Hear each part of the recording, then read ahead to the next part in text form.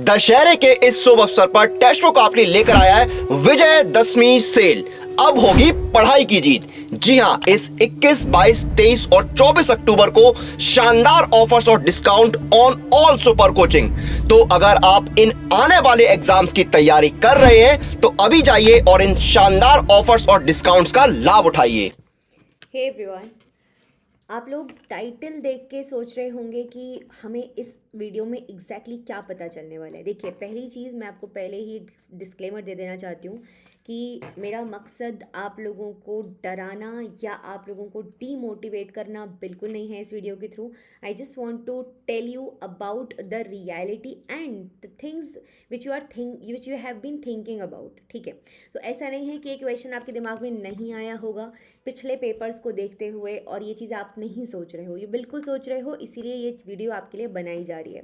लेकिन अगर आप इस वीडियो को एंड तक देखोगे तो आप बहुत क्लियरली समझ पाओगे कि what exactly is the scenario और किस तरीके से आपका पेपर क्या टफ होगा, नहीं होगा, क्या होगा एग्जैक्टली और आपको उसके लिए कैसे तैयार होना है अगर ये टफ होने वाला है तो।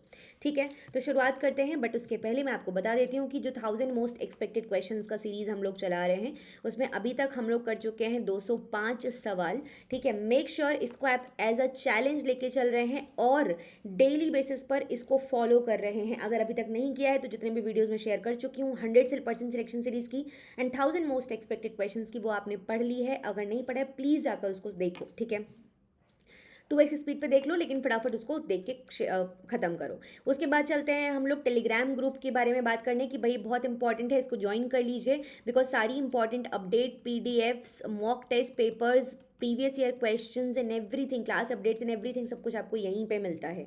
ओके, लिंक आपको पिन कमेंट में और डिस्क्रिप्शन बॉक्स में मिल जाएगा।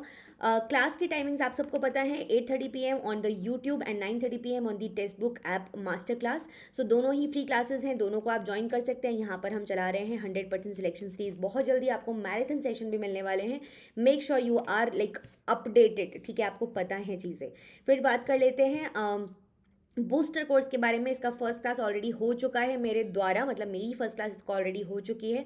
आज इसकी सेकंड क्लास होगी, तो जिसने अभी तक एनरोल नहीं किया है मेक श्योर एनरोल कर लीजिए एंड डेली बेसिस पर इसको देखते जाइए because I am making sure कि हर एक टॉपिक से जो सबसे डिफिकल्ट क्वेश्चंस आते हैं, सबसे घुमा फिरा के जो क्वेश्चन CSIR आपको देते हैं, मैं वो भी आपको सॉल्व करना यहाँ पर सिखाऊँ। ठीक है, तो जिन्होंने भी नहीं ज्वाइन किया है you can join by using the code Deepshikha for the discounts.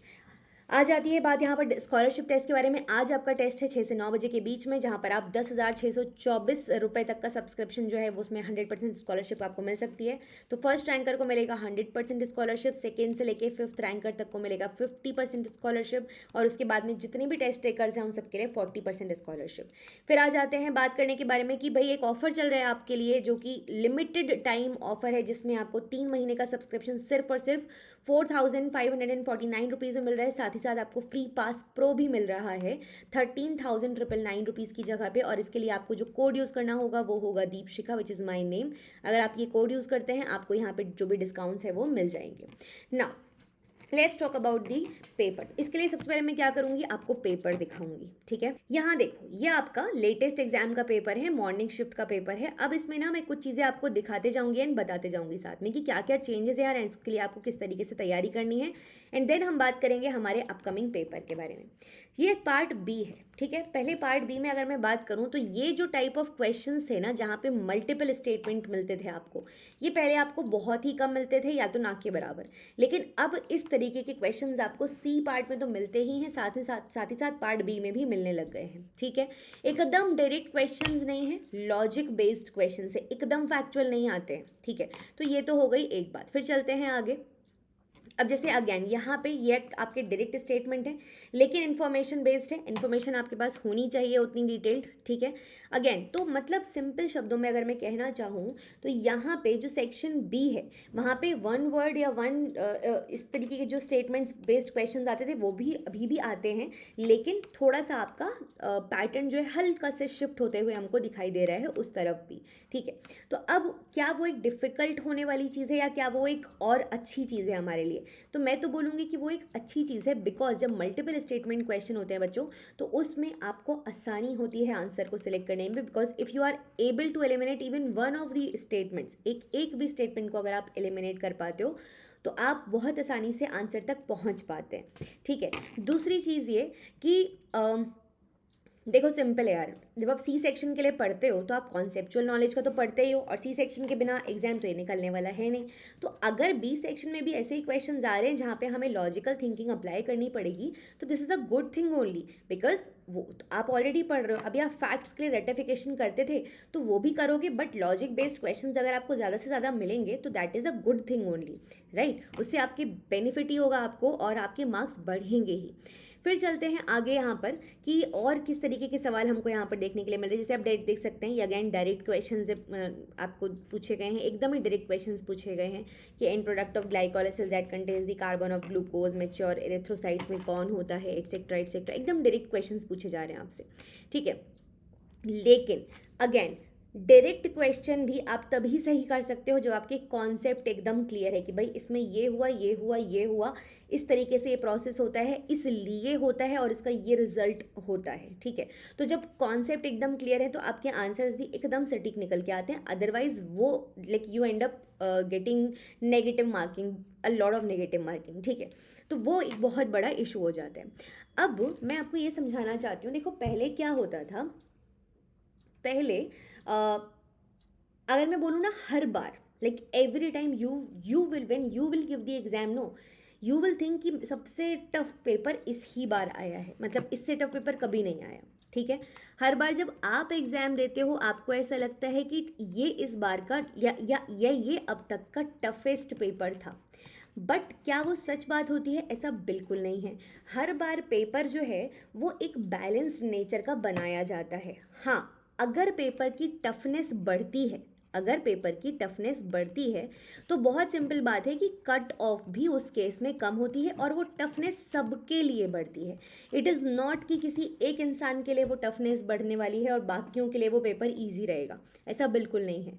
तो उसका जो बेनिफिट है या उसका जो नुकसान है वो सबको थ्रू आउट मिलता है, ठीक है। हाँ, ये अलग बात है कि जब पेपर टफ आता है ना, तो जिन बच्चों ने मेहनत की होती है उनको बहुत फ़ायदा मिलता है। तो अब का इस बार के पेपर के बारे में अगर मैं बात करती हूँ तो दो तीन चीज़ों के लिए रेडी रहो।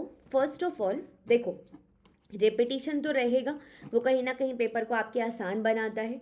टॉपिक्स जो सबसे इम्पॉर्टेंट है वहाँ से आपको क्वेश्चंस भी मिलेंगे जो कि अगेन पेपर को आसान बनाता है। लेकिन कुछ चीज़ें आपको डेफिनेटली न्यू मिलेंगी, ठीक है, जो कि आपको लगेगा कि पेपर को उसने टफ बनाया है। कॉन्सेप्चुअल चीज़ें डेफिनेटली आपको ज़्यादा मिलेंगी जो अगेन पेपर की टफनेस को बढ़ाती हैं, ठीक है। तो मैं ये नहीं बोलूँगी कि पेपर बहुत ज़्यादा ड्रास्टिकली एकदम टफ आ जाएगा, नहीं, ऐसा कुछ नहीं होने वाला है। पेपर जो है वो आपका कहीं ना कहीं बैलेंस्ड नेचर का आएगा। And if in case you are concern कि नहीं कैसा रहता है या दोनों शिफ्ट्स के बारे में, तो उस केस में आप एक चीज़ जान लीजिए कि आपको पता है कि यहाँ पर क्या होता है।